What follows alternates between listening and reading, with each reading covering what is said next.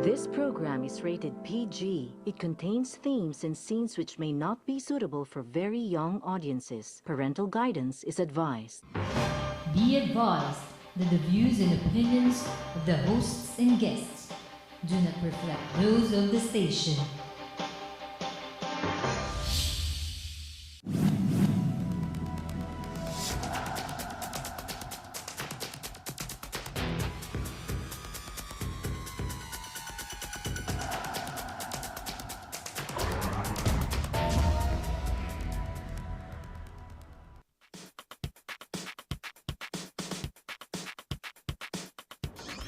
Magandang gabi po sa inyo lahat. Welcome to our show, Heartbeat. Ay, marami pong salamat. Marami rin yung lalaki, ang ayaw rin ng divorce.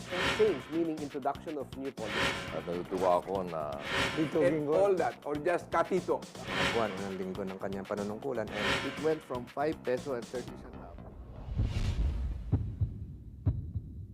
Magandang gabi po sa inyo lahat. Welcome to Heartbeatlive. I'm your host, Ray Orosa. Magkakapiling tayo dito. Pag-usapan natin, iba-ibang panig at aspects ng isa sa pinakamalaking problema ang hinaharap natin dito sa ating bayan. Sa gabi pong ito, pag-uusapan uli natin yung basic bank sa Morolo. Ano lang, ang kasama natin dito para makausap, para makapagbigay din ng kanyang punto, kasi marami sa inyo nagtitext. Pakinggan naman natin yung ibang side. I don't mind that. I don't think I have anything to fear. If I have my own opinions about it, it's fine. But I want them also to know and to hear different sides so that you can evaluate. Dito po ngayon sa atin dito para pag-usapan naman yung kanilang side is wala na pong iba. He has been a guest in our show before. Si Mr. Abraham Idjirane. Siya po ang spokesperson ng Sultanate of Sulu. Meaning to say, kasama nga na yan dyan lahat ng MNLF. So pag-usapan natin ngayon, ano kaya ang tingin ng Sultanate of Sulu o ng MNLF tungkol dito sa nangyayari at dito sa BBL in its present form ayon sa nirekomenda sa Kongreso at sa Senado ng Malacanang. And we will find out from them, maybe we can talk a little bit also, ano ba talagang relasyon ng MILF at saka MNLF? Yan ba a divide that can never be brought back? Are they representing two different perspectives and points of view? Or is it just a competition for power and money and influence? And what might be really the goals of the Sultanate? Ano ba talagang gusto ng Sultanate of Sulu for its own people? Kasi po yan sa gitna ng Mindanao ang ARMM, but ang Sultanate of Sulu nandun sa archipelagic part of Mindanao. So, hiwala yun. Dalawang ibang klaseng tao. Dito, karamihan, di ba, tausog. Doon sa kabila, mga Maguindanawans at Maranawans. Okay. The three major elements of the Muslim population of this nation. Okay. Ginoong Abraham, kung pwede kitang tawagin kapatid na Abraham. opo. You might want to begin with an open state. What is your opening statement in terms of how you see what's happening? What are your major apprehensions? And what is, you think, the point of view of the leaders of the MNLF or the Sultanate regarding what is taking place? Ray, I can only speak for the Sultanate of Sulu. I am not authorized to speak For for the MNLF. MNLF because it also had its spokesperson. But as far as Ano this, nag-uusap naman kayo siguro? well, with some leaders, yes, because that is the common objective to really achieve peace. And that is the objective of the Sultanate of Sulu, na to achieve peace in the area. Pero ang question, at what cost? The question is at what cost? Now, in fact, if we look... Madaling magsalita na gusto ko ng peace, no? Yes. Depende kung anong halaga na handa mong ibayad. Oo. At saka, meron bang kapayapaan na walang no honor and no justice? Yun na nga, Ray. That's why we use the term, at what cost? Because, in fact, even the sincerity of the MILF is now being questioned by the entire Filipino people. Number two, on the part of the Sultanate of Sulu, what moral ascendancy and historical basis the MILF to say that they represent the archipelago of Sulu? In fact, Who elected them? Yeah, in fact, Ray, if we look at the historical background of the place, prior to the creation of the MOA AD, they wrote the United States President during the term Sultanate. of President Bush. No, the Imayalip. Oh. Now, in the letter of the Imayalip in 2003, they invoke the Kerem Beach Peace Agreement. Now, if we go back to the intent and the spirit of the agreement, what areas that it covered? Now, on behalf of the Sultanate of Sulu, they would say, Sulu Archipelago lang. It does not cover the mainland Mindanao. Otherwise, in that time, the Sultanate of Sulu could be accused of usurping the royal authority of the Sultans in Maguindanao. Now, number 3, what historical basis? For instance, Ray, in the provision of the BBL in changing the name of the Sulu Sea to Bangsamoro Water is a big question. In fact, Ray, if we go back to history, we just mentioned history a while ago. Even in the history of China, the Chinese chronicler wrote the word Laot Sulu. In other words, this Sulu Sea is already recognized as Sulu Sea even by the Ming Dynasty in the 14th Part century. of the Part Sultanate. of the Sultanate of Sulu. In fact, according to them, why did they name Laot Sulu or Sulu Sea? Because of this small kingdom in the middle of the Sulu Sea. Ayun. So, well, you can also basically say that historically, the MILF is a creation only, or a spin-off from the MNLF. Well, according to the records, Oo. they separated from the MNLF in 1997. Oo. That was prior to the discussions made between the Philippine government and the Libyan government in 1976 for the approval of the so-called Mother of All Agreements, the Tripoli Agreement. Okay. So what you're also saying now is, anong posisyon ng Sultanate if you already have a peace agreement Well, with the government of the Republic of the Philippines? Paano na natin pagtutugmain ngayon ito at saka yung nilalabas ngayon? that is very alarming on the part of the Sultanate of Sulu, especially during this administration, because in the past administration, dating back to President Diosdado Macapagal, to President Marcos, to President Cory, President Ramos, President Erap, and Gloria, this agreement remained intact. So, It was never rescinded. it was never rescinded by the Sultanate.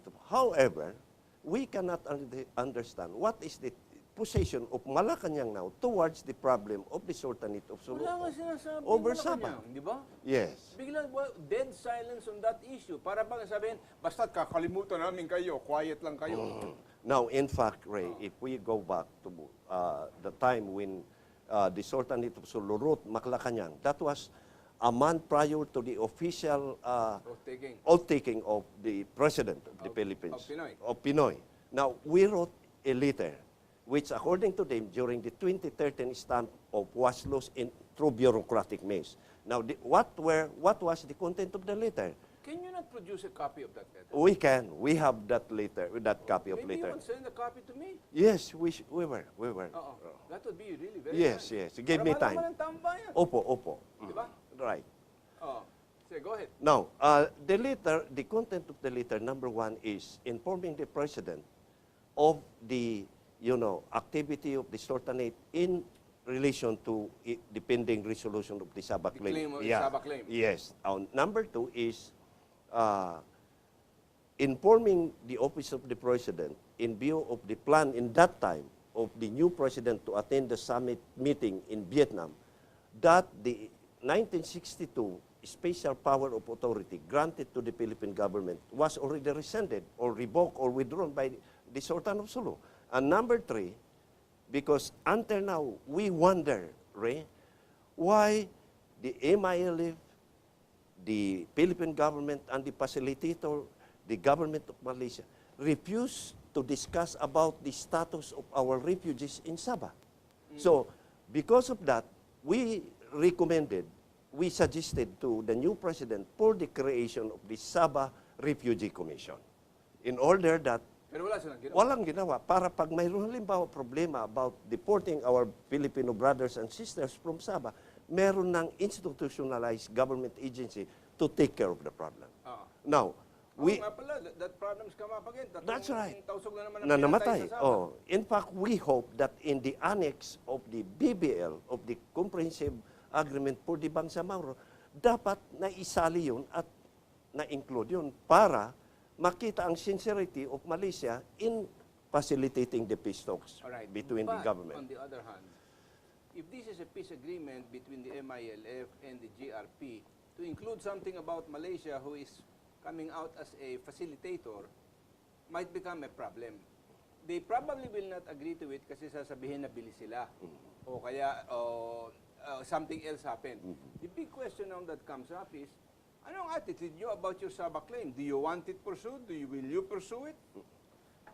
Well, Without, if the government is not willing to help the Sultanate or to stand behind that claim, kasi ang dami-daming umiikot na na-compromise na rin yung Philippine government stand on Sabah. Is there any truth to that? I don't think so, Ray, that the Philippine government had been compromised by the issue. Tumahimik lang sila. Tumahimik, the issue is left at the back burner, is placed at the back burner. Why? You know, we cannot understand what really happened along the process, Ray. Because you can remember that during the Sabah standoff in 2013, we cannot understand why our government Did nothing. did nothing. Instead of, giving, aid or assistance to our brothers who were in Lahad Datu, entrapped by the 6 battalions, 7 battalions of, Malaysian forces, our government did not do anything about that.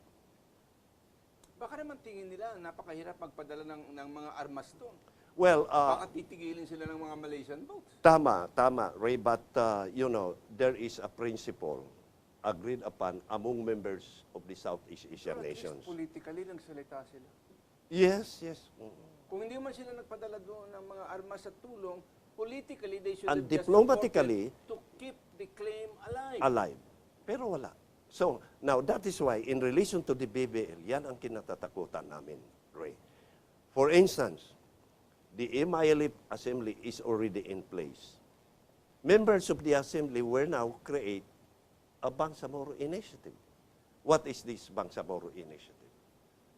To say, once and for all, that it is no longer the government of the Republic of the Philippines that will drop the Sabah claim in favor of Malaysia. It is now the MILF Assembly that will drop the Sabah claim. Without any consent from the Sultan. From the Sultan and the government, the central government in Manila. How? Because of the word Bangsamoro. That's why they are inclined to changing the name of the Sulu Sea to Bangsamoro Water so that they have the legal position to invoke the UNCLOS, the Wait United a minute. Nations. The change of the name does not give them the sovereign right over that thing which is still being enjoyed by the Sultan. Well, under the legal process, they would now say that this is a Bangsamoro initiative. No longer an initiative of the government of the Philippines, no longer an initiative of the entire Filipino people, but the initiative of the In other Bangsamoro. words, kung meron mang mangyayari dyan, ang settlement tutuloy sa MILF, Well, yan, hindi sa Sultanate. yan ang kinatatakutan namin. Now, that's why ang view namin dito sa BBL with pessimistic, with cautious pessimism. Sapagkat hindi nila na-explain sa mga tao doon sa Basilan, Suluan, Tawi-Tawi, what is really this for? Okay, so they've not had the chance of claim. But aside from the Sabah claim, which is important to the Sultanate, and in many ways, a lot of Filipinos are in sympathy with the claim of the Sultanate Thank over you very Borneo. much, Ray. Thank At you. marami dyan, have asked many times, bakit hindi pinupurso yung claim? And it's been dead silence on the part of the Philippines. Now, I understand that there may be valid reasons for them they might think the timing is not right, maybe the politics is not right. We're in the midst of trying to settle one problem here. If we start asserting the claim in Sabah, baka magulo yan. And kanya lang, I keep getting a lot of rumors, Yes, kapatid, na pagka daw mayroong BBL, siguradong gera. Pagka daw walang BBL, sigurado rin gera. Abay, saan pupunta ang tao? Kanya lang bago mo sagutin. Ilang paalala po. Huwag kayong mawawala. We will be right back. Maganda yun.